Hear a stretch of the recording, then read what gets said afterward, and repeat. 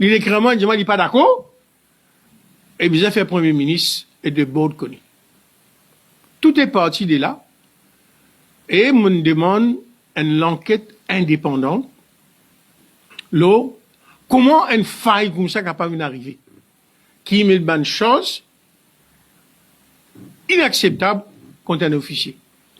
L'enquête est faite par 3 avocats indépendants de la Banque centrale, par external lawyers, et occasionnal guetté, ben, je ne trouve plus ce qu'ils ont besoin de trouver.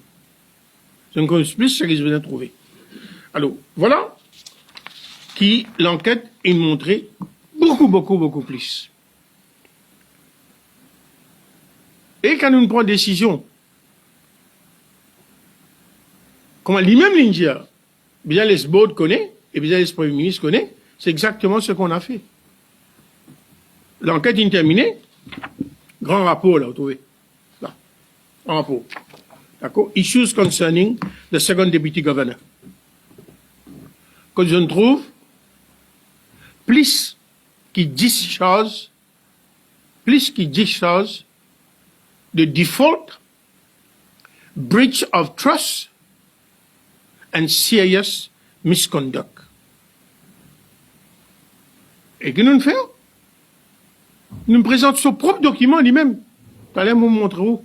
Ce propre document lui-même à 5 professionnels indépendants de la Banque centrale. Et l'équipe indépendante qui amène l'investigation, il présente ça à sa groupe d'indépendants en mon présence. Et je l'explique un par un, ça va une charge qui est là contre le SDG. Et comment le SDG, les mêmes dire, mais le rapport a été soumis au Premier ministre pour les capables de faire sur l'enquête. Et laisse-moi donner un des semaines.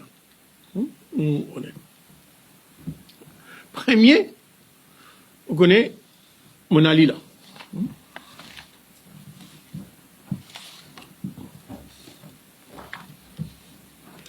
En pleine discussion budgétaire, quand Premier ministre et ministre des Finances, regardez, comment nous pour réduire la dette publique et comment nous pour empêcher nos pays downgraded par Moody's.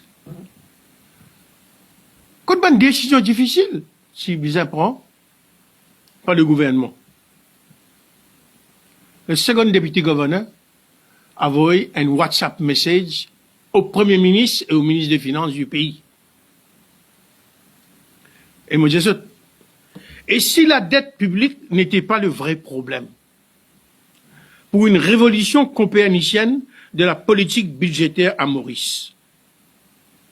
À l'approche du discours du budget, un refrain familier hante les débats économiques à Maurice. La dette publique est trop élevée. Le déficit budgétaire est insoutenable. Les générations futures seront écrasées par le poids de nos choix présents. Et qu'est-ce qu'il propose? C'est que l'État mauricien dépense en roupies.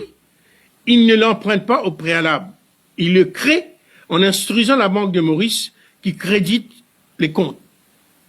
C'est-à-dire money printing. Money printing. Le second gouverneur de la Banque de Maurice écria au Premier ministre et ministre des Finances, après qu'il est le Premier ministre et le Vice-Premier ministre, honorable Paul Béranger, il fait toutes les autres campagnes contre money printing. Parce que money printing, il amène dévaluation de la roupie, il amène l'inflation, et il amène une taxe le pauvre. Voilà, c'est ça, c'est lui. Et la preuve. Et nous tout comme ça, c'est l'écrire. Le Premier ministre a envoyé ça sur l'équipe. Sur l'équipe, téléphone-moi, un dimanche ça. Et dis-moi, docteur Sitanen, inacceptable que la Banque centrale et recommande au Premier ministre un prime casse. Le lendemain matin, on convoque le SDG dans mon bureau. Je dis, comment tu vas faire ça? Il dit, moi, c'est faux. Il va envoyer ça au Premier ministre, il a envoyé ça à un conseiller Premier ministre. Mon téléphone Premier ministre dit, moi, lui-même, il a envoyé moi ça.